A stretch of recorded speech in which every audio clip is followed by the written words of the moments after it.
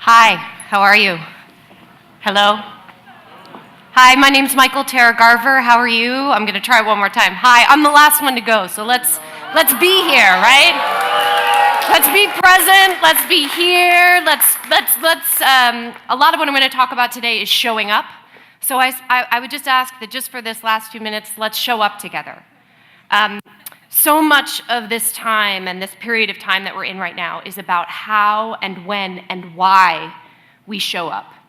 And again, my name's Mikhael Garver, and up here it says, in the space between. And in your brochures it says I'm going to talk about Artivism, Advocacy, and Immersive Leadership. I'm not sure how I got here. In this space between, maybe between your listening and your lunch, or in the space between what you think you're supposed to do or I'm supposed to talk about. I grew up making plays. I was a dancer. I definitely have dealt with health impact and thought about it in my life, but as I've been here this week, I've been trying to figure out how do I continue to find myself in these spaces between all of these languages. And as I've grown up, I think the one thing that I would just ask us for a second before I'm going to show a small video to say is that there is a way, I would argue, that when we are in the space between, we are all connected. Doctors, I've heard you talk about this. Health workers, I've heard you talk about this. Policy workers over the last 2 days, I've heard you talk about this. There is some core burning question that lives in your gut. Just pay attention to that for 1 second. It exists. I'm certain of it because it's why you've gone on the path you've gone on. It's why I started out as a dancer and now I make museums of drug policy.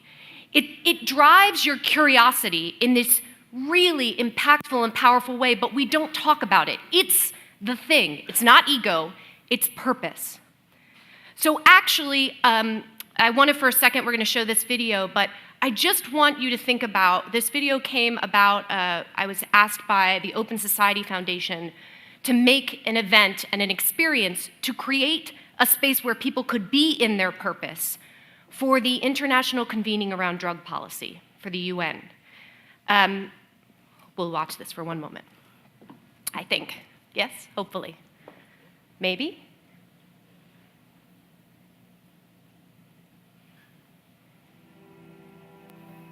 It has been 18 years since the UN General Assembly has met around drug policies.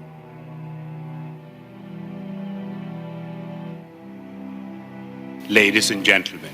18 years ago, a huge amount of international drug policies were instigated that ultimately failed.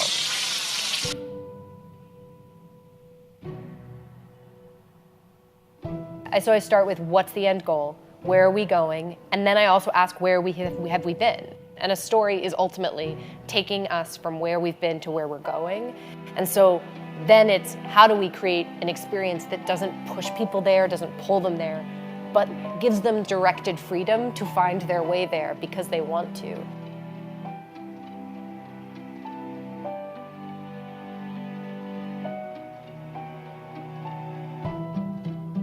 The museum itself, in conjunction with the General Assembly, is to create not only a space where we're memorializing the past, but also a place where people could come, in which all of the voices of this issue can be heard.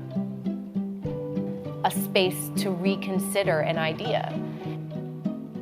And the thing about museums that's really interesting is some of our challenges with museums is how precious they can be. But to think of a museum of drug policy and to create it under construction is that it allows people to kind of to look at something new that they wouldn't before. The way people will relate to these experiences is so unique.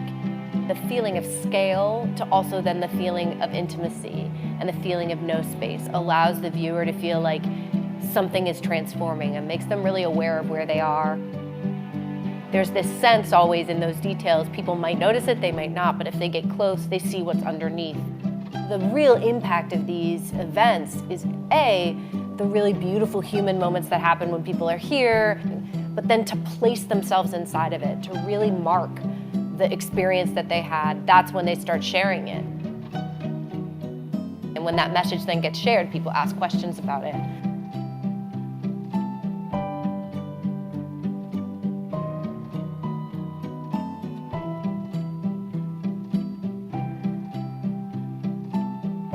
I want to go to a place in which I'm going to be in a space that feels revelatory. As long as that action is clear, as long as where we want people to go is clear, we can really use installation and this work to get there. Great, thanks.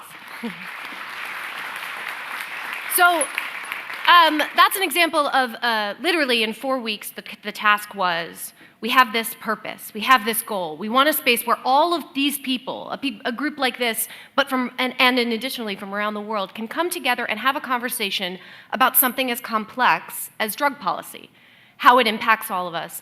And so in doing that, oftentimes, I find there's a gap for all of these institutions and organizations to hire me to do this. They say, we want you to do something where people can do this thing. You're an artist and spaces happen and placemaking. And so oftentimes I'm called an immersive artist, or I've been called an innovator, or I've been called an installation artist, or I've been called an interactive specialist, or I've been called an experiential designer, or I've been called a storyteller, or I've been called a disruptor, or I've been called an artivist.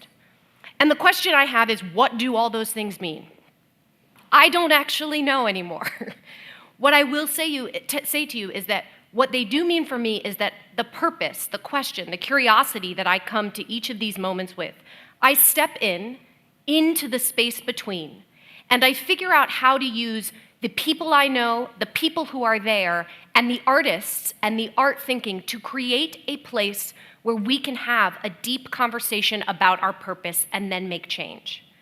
So that's Artivism, right? There are artists I admire who make work. They have an idea, they make work, they're exceptional. My art, my work is about how do I step into that space between and see how I can listen to the complex problems you're having and begin to find ways and pathways for people to see how to solve those problems. I would say I'm gonna have some of my work playing behind me. This has brought me to a lot of different things. I worked for the Women's March on Washington. I was one of the artistic leadership for the Women's March on Washington. And what that means is that my job was to create multiple ways in which people could connect through the actions of what they were doing with the Women's March on Washington. So visual things that you were seeing, people were coming together to do, right? Right now we're talking about people are interested in taking all the posters that were made and making a collection around us of all the posters that were made during that time. But the big question I have is how Artivism and how these places and how these spaces can actually impact the change you're looking to make. So in that first video, what I talked about, right, was that and I showed you with the Museum of Drug Policy, we had so many shares of this story, people placing themselves inside a cocoa farmer's hut to think about that something they wanted to share. And what I've begun to realize, and a thing I would ask for you to think about is, as you're telling your story, as you begin to tell your story, not just why you tell your story, but how. And that is when you become artful in your storytelling. That is when you become an artivist in the way that you are either speaking to a partner that you need to get, in the way that you are speaking to a community, and in the way you're listening to a community. It's not just what and why, it's how. And the reason that I've realized that is I get obsessed about really strange spaces, sometimes surreal spaces. My parents would probably, when I was younger, almost always find me in a pile of books in a library. Piles of books up to my ears. And so making a piece in the public libraries became a fascination for me. So what stories are lost in the depths of our libraries, and this is how I make it. I know it doesn't make any sense, right? This is a system that when you look at it, doesn't make any sense. But I just want to go back for a second. What that system is it's the spine. It's the spine underneath the work. And the spine underneath the work is able to tell multiple stories at the same time. So part of what I've listened to over the last couple of days, who here feels like they only have one story, one narrative that they're responsible for? Who here feels like they carry multiple narratives for multiple people every day? Raise your hand high. Really, think about it. Think about all the people's narratives that you carry. You're a doctor, you're a health worker, you are an advocate, all the stories that you carry. And one of the challenges we have in storytelling and in art making is oftentimes we have to distill it to one story, right? And so what I would argue is that the work that myself and others are making is thinking about how to meet you and say, what are the multiple stories you are trying to make? And how do we make something that can hold all of those? What are the multiple voices you're trying to lift up? And how can we make something that will hold all of those? And the thing that ties them all together is a similar purpose, a similar goal, right? This is another piece that I've been, before I do that, I'll tell you the storytelling plus serial placemaking. So if I'm making a piece for drug policy, as I said before, that's now traveling to Montreal, Mexico City, London, to create a place where people can have this conversation. But now, with the library piece, I'm thinking about public libraries across the country. How can we connect storytelling, serial placemaking, public space, and VR? So we're connecting technology in to change narratives. This is a piece called Post Nation that's been commissioned by the Goodman Theater in Chicago. Anybody here from Chicago? I lived there for 8 years. I love it there.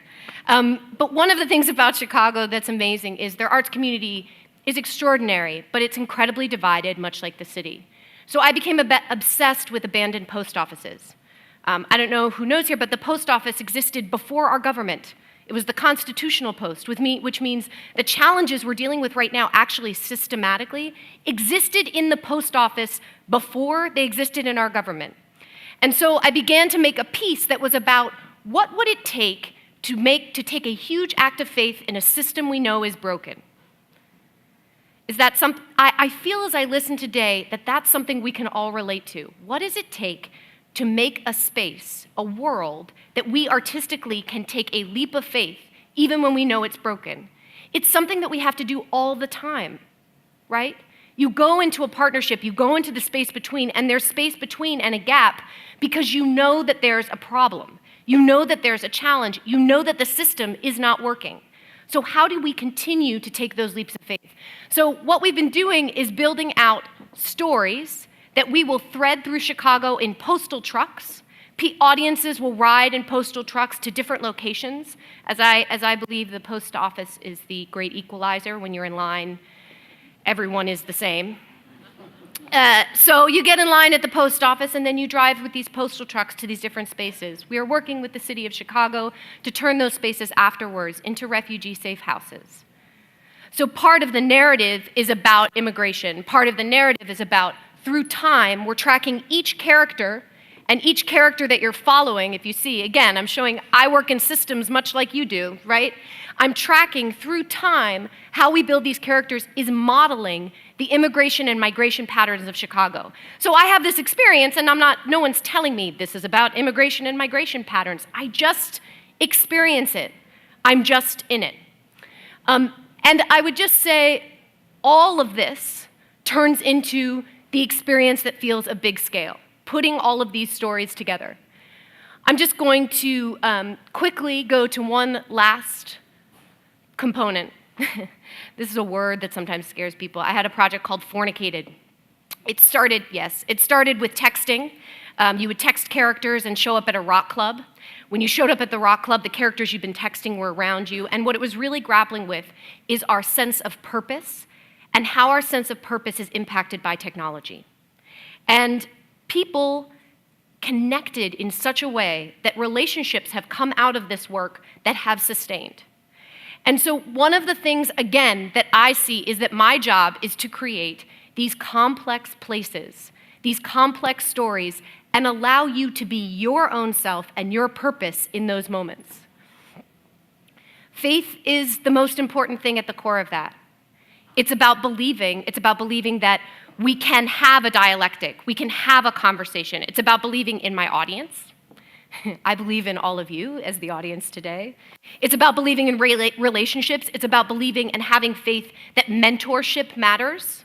I teach 26 students at NYU, all in making. That matters. It matters more sometimes than the work I'm making. And I believe and have faith in the live. We've spent a lot of time talking about systems with doctors, about systems with advocacy. For 1 second, just think that the moment that two people connect, that their purposes come together, that live, if we are able to create artful spaces in the space between where they are alive, I believe that advocacy, I believe that impact begins to change.